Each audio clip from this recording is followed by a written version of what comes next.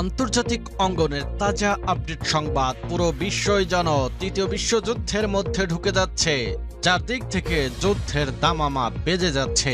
প্রথমেই জানিয়ে দেব, যুক্তরাষ্ট্র ভেনেজুয়েলা যুদ্ধের দামামা, সতর্ক অবস্থানে ট্রিনিদাদ অ্যান্ড টোবাগোদের সেনাবাহিনী। এরপর জানাবো ট্রাম্পের ঘোষণায় বিশ্বজুড়ে পরমাণু যুদ্ধের শঙ্কা।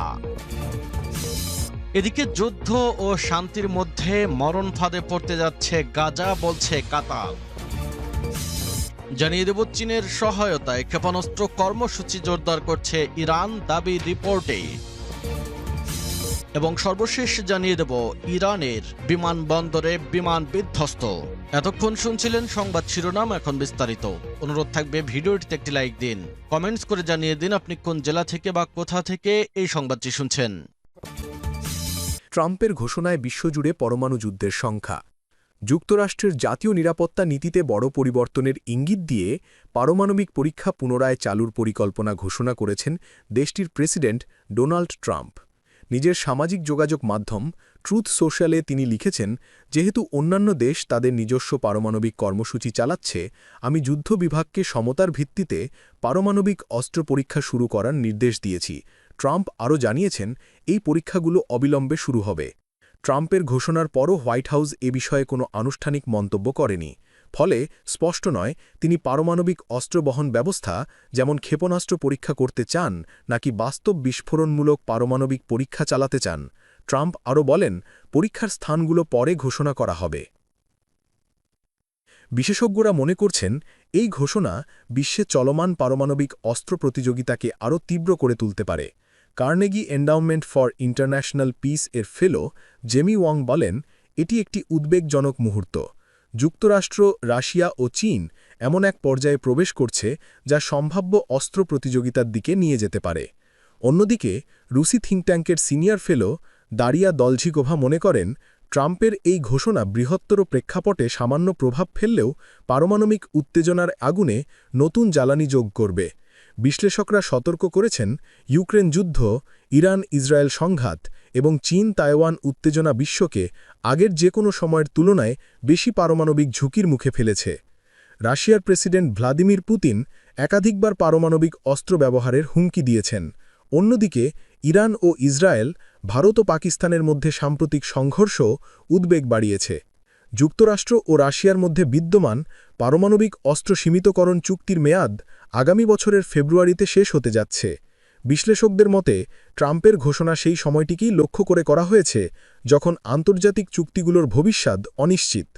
ট্রাম্প বলেছেন, যুক্তরাষ্ট্রের কাছে বিশ্বের সবচেয়ে বেশি পারমাণবিক অস্ত্র রয়েছে, কিন্তু SIPRI এর মতে রাশিয়ার কাছে সবচেয়ে বেশি পারমাণবিক অস্ত্র রয়েছে, যার সংখ্যা ৫,৪৫৯টি। এরপরে রয়েছে যুক্তরাষ্ট্র ৫,১৭৭টি এবং চীন ৬০০টি।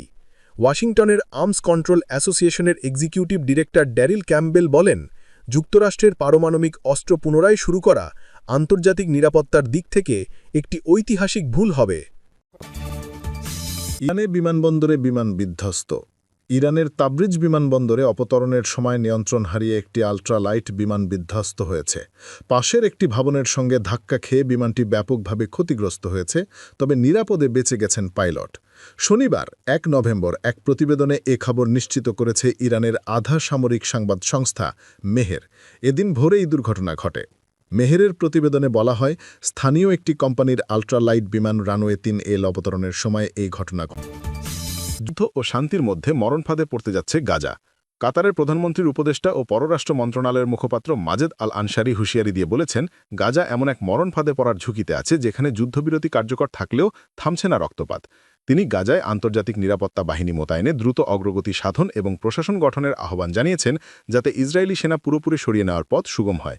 কাতারের শীর্ষ কূটনীতিক আরও বলেন, আমরা এমন এক পরিস্থিতিতে যেতে চাই না যেখানে না যুদ্ধ না শান্তি, এ দুয়ের মাঝে ঝুলে থাকতে হয়।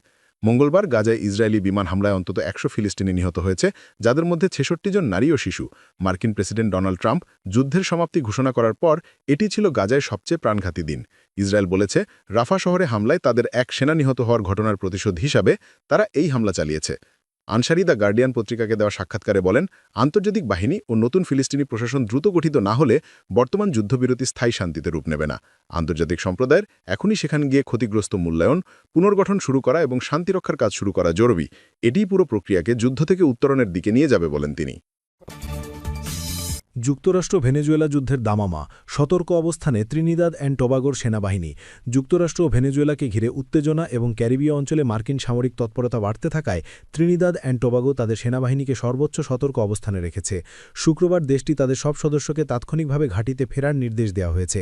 পোর্ট অব স্পেন থেকে এএফপি খবর জানিয়েছে। সেনাবাহিনীর পাঠানো এক বার্তায় বলা হয়েছে, বাহিনীকে স্টেট 1 অ্যালার্ট লেভেলে রাখা হয়েছে।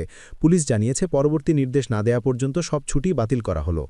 ভেনেজুয়েলার উপকূলের কাছেই অবস্থিত দ্বীপরাষ্ট্র ট্রিনিদাদ অ্যান্ড টোবাগো। যুক্তরাষ্ট্র সম্প্রতি ক্যারিবীয় ও প্রশান্ত মহাসাগরে অন্তত 15টি সন্দেহভাজন মাদকবাহী নৌকায় বিমান হামলা চালায়। এতে 62 জন নিহত হয়।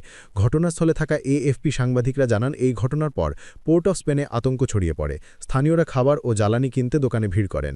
সরকার জনগণকে শান্ত থাকার আহ্বান জানিয়েছে। এক বিবৃতিতে বলা হয়, ত্রিনিদাদ অ্যান্ড টোবাগো সরকার দেশটির রাজধানী পোর্ট অফ স্পেনে অবস্থিত যুক্তরাষ্ট্র দূতাবাসের সঙ্গে সক্রিয় যোগাযোগ রাখছে। মাদক পাচার দমনের নামে যুক্তরাষ্ট্র বিশাল সামরিক বাহিনী মোতায়েন করেছে।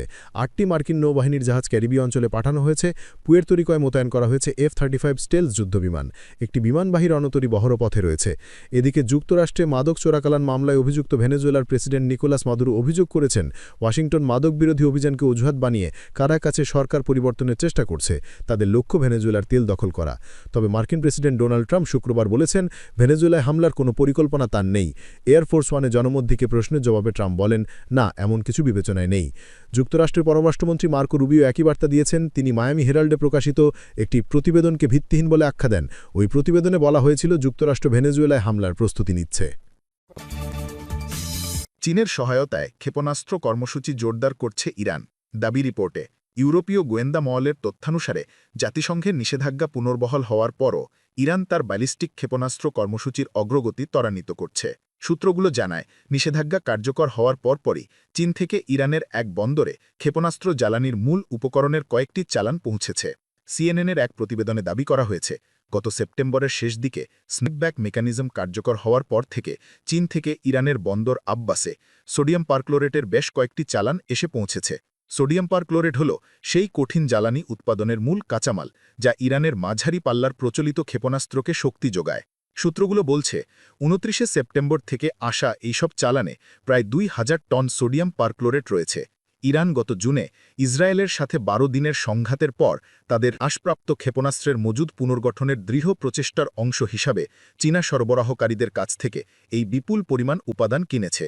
এই পণ্য পরিবহনে জড়িত বেশ কয়েকটি কার্গো জাহাজ এবং চীনা সংস্থা ইতিমধ্যে মার্কিন নিষেধাজ্ঞার আওতায় রয়েছে। গত মাসে পুনরায় আরোপিত জাতিসংঘের নিষেধাজ্ঞা অনুযায়ী ইরানের এমন কোনো ব্যালিস্টিক ক্ষেপণাস্ত্র কার্যক্রম চালানো উচিত নয় যা পারমাণবিক অস্ত্র বহনে সক্ষম।